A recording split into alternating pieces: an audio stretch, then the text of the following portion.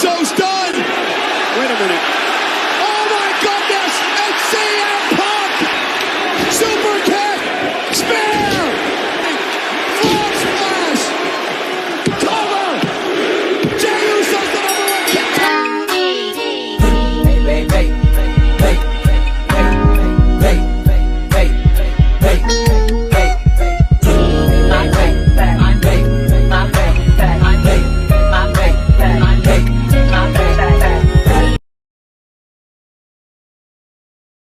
Hey, what's going on YouTube land? It's your boy TJ and welcome to my YouTube channel, Wrestling Nostalgia, where I give my reviews on the WWE shows and PLE events. And today, we are going to be reviewing Raw, April the 8th, 2024. So let's go ahead and get right into it. We open up Raw with Triple H, the game, and to a thunderous, loud ovation of thank you, Paul, thank you, Triple H. I forgot. But they were saying his name and they were saying thank you. And he was like, it's funny because I wanted to come out here and thank y'all. So he said, I couldn't have did it without y'all. We made history last night and couldn't have done it without y'all. And nonetheless, let's go ahead and bring in the guy that's going to usher us into the new era of the WWE, the new Universal WWE Undisputed Champion. Cody comes out to a loud ovation. You deserve it. And he definitely does, because to lose to Roman Reigns at WrestleMania last year, come back, win the Royal Rumble for the second time, and this time beat him, everything came full circle. Then Cody says that he is on top of the mountain, and people always ask him, why does he do it? Why does he do it? And things like that. So then he shows his daughter saying, finish the story, which I thought was really, really cute. And this is when Cody says, I went from undesirable to undeniable to now your Universal Undisputed WWE Champion. Everything came full circle for Cody Rhodes, and congratulations again on becoming the new WWE Universal Undisputed Champion. That is a mouthful to keep trying to say.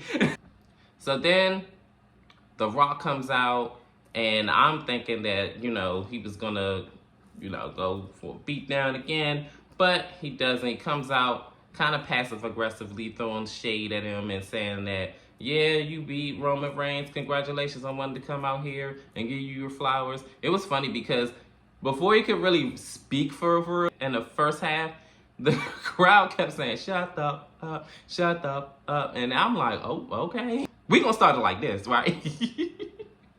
And they kept saying he sucks and all that other stuff. So then The Rock says, Rock may be a lot of things, but suck ain't one of them. And I'm like, okay. Talk your Brahma Bull. So this is when he said, I wanted to come out here and give you your flowers. You deserve it. You beat Roman Reigns, but I also beat you. And basically, to make a long story short, he says that their story is going to begin at some point down the line in the future. As you know, The Rock has to go away for other business ventures. So I'm guessing like around SummerSlam, they're going to have Cody Rhodes versus The Rock. And I'm so here for it. And they did a weird championship exchange. Kind of like how Becky and Charlotte did like 2-3 years ago. Where The Rock wanted to hold Cody's belt. You want to hold this one? I do. And then Cody said, only if I can hold yours. And this is the way he said it was just so... I'm not going to touch that with a 10-foot pole, but let's go ahead and move on. So then The Rock says, it's just something about this that just feels right. Yeah, I love holding my championship gold too, so I know the feeling, Rocky. So he basically is trying to say that at some point down the line, he's going to take Cody Rhodes' championship. But that is yet to be seen. And to end this segment, this is when The Rock gives Cody something. I don't know what he gave him. And he says, you don't have to open your hand to know what it is. But just know, don't you ever break my heart. You don't even have to open your hand to know what this is. Don't you ever break my heart again. If you smell what the final boss is cooking. I don't know what he meant by that, and I don't know what he gave Cody, but in our opener match, we have Shinsuke Nakamura versus Dragunov.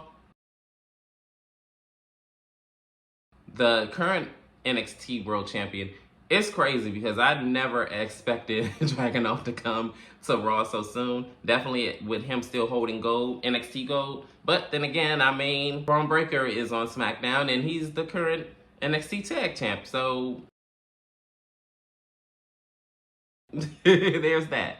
So they have their match. They had a pretty decent back and forth match. Shinsuke Nakamura never gives bad matches. Only thing about him I don't like is them using him as a basically enhancement in talent to advance other talent. I don't like that for him because he is so beyond that. But hey, I guess he's seen on TV, so better than being on catering. So they had a pretty decent match. And I want to say this is Dragunov's debut on Raw. Just to tease to see how it's going to be like on the main roster. Crazy thing about it is he came to a thunderous ovation. Like, I was surprised. He did a good job in the ring.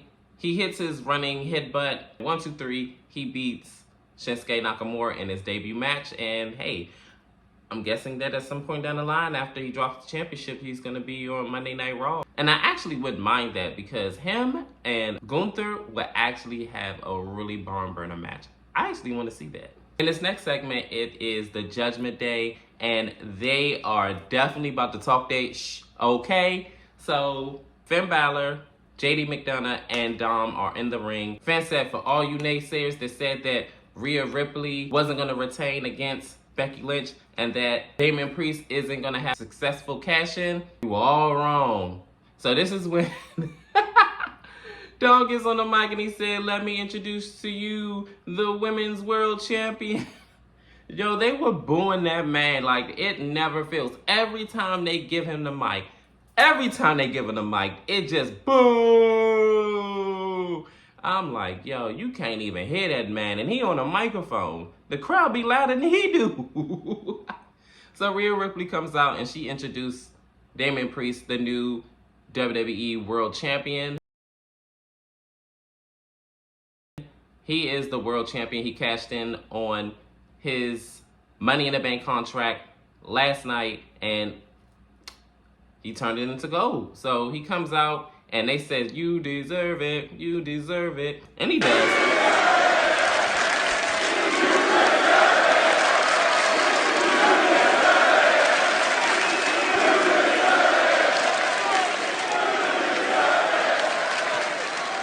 You damn right I do. So he said, you damn right I do. So this is when he said, all rise for the Judgment Day. And the crazy thing about it is, as he's doing this and they all like raising their hand, here comes this delusional dude, R-Truth.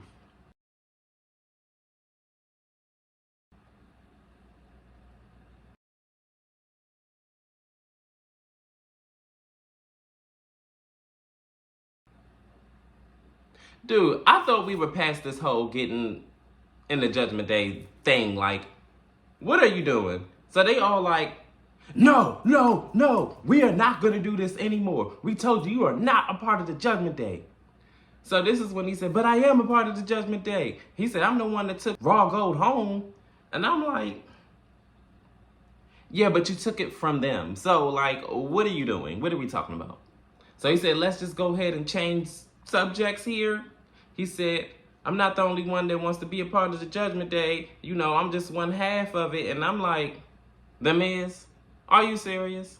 So The Miz comes out and he says, R-Truth, you don't want to be a part of the Judgment Day. And he said, neither do I. He said, no, I am a part of the Judgment Day. Damian says, no, you're not. And the fans had the nerve to gaslight him. Tell me something. Yes, he is. Yes, he is. Yes, he is. So just to make a long story short, Finn says, I think y'all gonna have the shortest Raw championship reign of all time. How about you guys put the championships on the line tonight? So this is when R-Truth said we can't because we already in a 6-man tag match. So this is when he said, it's gonna be me and you. And this is when The Miz said, it's not little Jimmy, right? Like, we not gonna do this tonight. He said, no, it's with a man y'all can't see. So, I mean, of course, we all know who that is, but we're gonna get to that later on in this video. This is when R-Truth tries to introduce their tag team partner, but then gets attacked. So now we are on to the six-man tag match. So it starts off as a handicap match, and they are getting beat up and beat down still. And then, R-Truth and The Miz are, fighting back or whatever the case may be. When The Miz is trying to tag in R-Truth, Dom knocks him off of the apron and then slams him into the steel steps. And then all of a sudden you hear, John Cena's music. Here comes John Cena. He comes out in this big ovation. He gets the tag from The Miz, and then he just goes out swinging on everybody. So then all of a sudden they all hit the spin out power bomb, and then the 5 knuckle shuckle, the 15th knuckle shuckle if you ask Michael Cole, and then the attitude adjustment. 1, 2, 3. They are the winners of this 6-man tag match. I ain't gonna lie, this actually was pretty entertaining, so far. This Raw, I like it. So in this next segment, it is Rhea Ripley and Dominic, and she says that you have to make it right. You put your trust in Andrade, and it didn't work out. So how are you gonna fix this? This is when he said, I'm gonna fix it. I'm gonna talk to Adam Pearce. So she said, okay. So then out of nowhere, a chair just goes flying right towards Rhea Ripley. And it is none other than Liv Morgan. Yo, she was not playing about going on a revenge tour. I was not expecting that, and I am happy to see it actually, because I got tired of her keep saying something about a revenge tour and she never put feet to pavement. She finally is doing it, and she beat the holy Rhea Ripley. Whew! I guess that's going to be the next feud that they're going to go with for the women's division. This next match, it is Indy Hartwell versus Roxanne Perez. Didn't expect to see Roxanne either, but hey. And it actually makes perfect sense because of the fact that Indy Hartwell was the last woman to hold the championship after Roxanne Perez did, after Roxanne dropped her championship due to injury. Then they had a ladder match at Stand and Deliver last year where Indy Hartwell won. I guess she's gonna get a revenge on old girl. Roxanne Perez is dominating this match. Candice LeRae tries to cheat, and while Roxanne bounces off the ropes, she trips her. Candice does. And this is when Indy decides to reprimand her. I'm like, girl, focus on your match. You sit up there worrying about what she did, and you have a match that you have going on. So, of course, Roxanne winds up taking advantage of this. She hits the pop rocks, and then 1, 2, 3, she loses this match. I said, see, that's what you get. And I'm glad Candice reprimanded her for that, because I'm like, girl, you need to focus on your match. Why are you worried about what she's doing? Like, you could have beat the NXT Women's Champion. You could have probably even had a championship match. Oh, no. What are you doing out there? Oh, my gosh. I don't need you to do that. Well, girl, she did it. And if you don't like it, well, break up. Because Candice LeRae is on this heel turn, and she ain't letting nobody and nothing, including you, stop it, all right? In this next segment, Sami Zayn comes out, and as you know, he won the Intercontinental Championship on WrestleMania Saturday. And he comes out, and everybody's cheering him. And he said, thank you. I really appreciate you guys. Seeing my wife and kid before my match really motivated me. And I really doubted myself on beating Gunther. I really didn't think I could do it. But I have someone to thank for that. So this is when Imperium comes out. And they said, you disgust me. And look at you. Our Intercontinental Champion looks like a bum. And you best believe that Gunther's going to come back and seek revenge and da-da-da-da-da. So this is when they said, but for now, we're going to get revenge on you. And make things right. And I'm like, oh, shoot, about to be a beatdown. So this is when Chad Gable comes out and a tag match ensues. They have their tag match. It was a pretty standard back and forth match. But before Sammy hits his Aluva kick, he winds up tagging in Chad Gable. He hits the Aluva kick. Then this is when Chad Gable hits his roll up into a German suplex, and 1, 2, 3, they win the match. Chelsea Green comes into Adam Pearce's office while Ava and Nick Atlas are all in the office. And she says, I am very upset with you that I was not on the biggest WrestleMania card of all time. I am going to talk to your managers about this and this, that, and the third. So this is when he said, yeah, we got all your emails, DMs, and text messages and phone calls. We know. So this is when he says, so you want your WrestleMania moment? We're going to give it to you tonight. So she says, I want somebody that's going to be worthy of being in a match with me. So I'm like, girl, if you only knew what was in store for you. So he says, go ahead and go out there. Your WrestleMania moment waits out there right now. And I'm like, he really setting this woman up. You can just tell he being condescending about this. So in our match, Chelsea Green comes out there and she's all happy and ecstatic and all that other stuff. So then, this is when Jay Cargill music hits.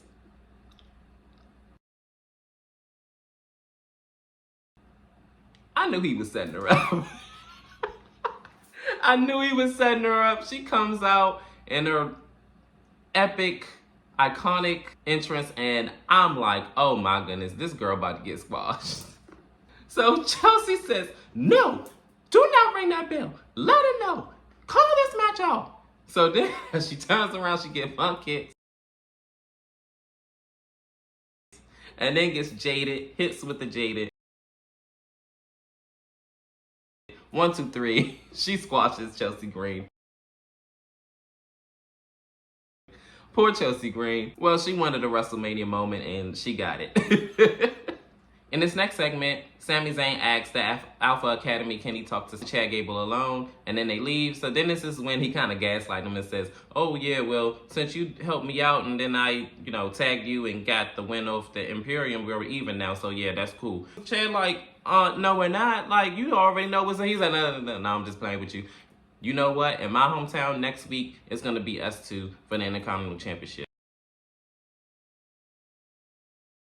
So next week, it's going to be Sami Zayn versus Chad Gable for the Intercontinental Championship. In this next match, it is a fatal 4-way for the #1 contender spot for the World Heavyweight Championship. It is Jimmy Uso versus Ricochet versus Drew McIntyre versus Bronson Reed. They had an amazing fatal 4-way. It was a very hard-hitting match. Even had the fans screaming, this is awesome, and everything like that. Everybody got their offense in. Towards the end of the match, Ricochet went on the top rope and hit a 450 splash through the announcer's table on Bronson Reed, taking him out. So this leaves Jey Uso and Drew McIntyre, and they have a little offense going on back and forth with each other. And then, as Drew McIntyre is about to hit his Claymore, he gets grabbed up by his foot, nonetheless, by CM Punk.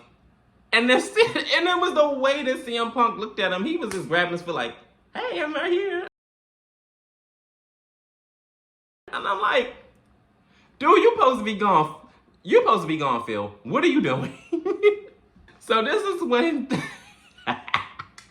Drew McIntyre is all like, what are you doing here?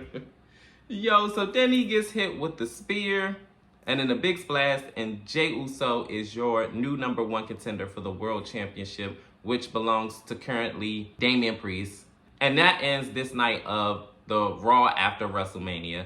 Yo, I'm not going to lie to you guys. I really did enjoy this Raw after WrestleMania. To be honest, this kind of was a very, very entertaining Raw. They really didn't have a whole lot of fluff or, a whole lot of like nothing in there. Like it was almost everything was of substance. And I hope they continue on the upward momentum. Anyways, comment down below, like, share, and subscribe, and all that other good stuff. How did you feel about Raw? Did you care about it? Did you really care? Like, share, and subscribe, all that other good stuff. Y'all already know how this goes. And peace. TJ, I'm out.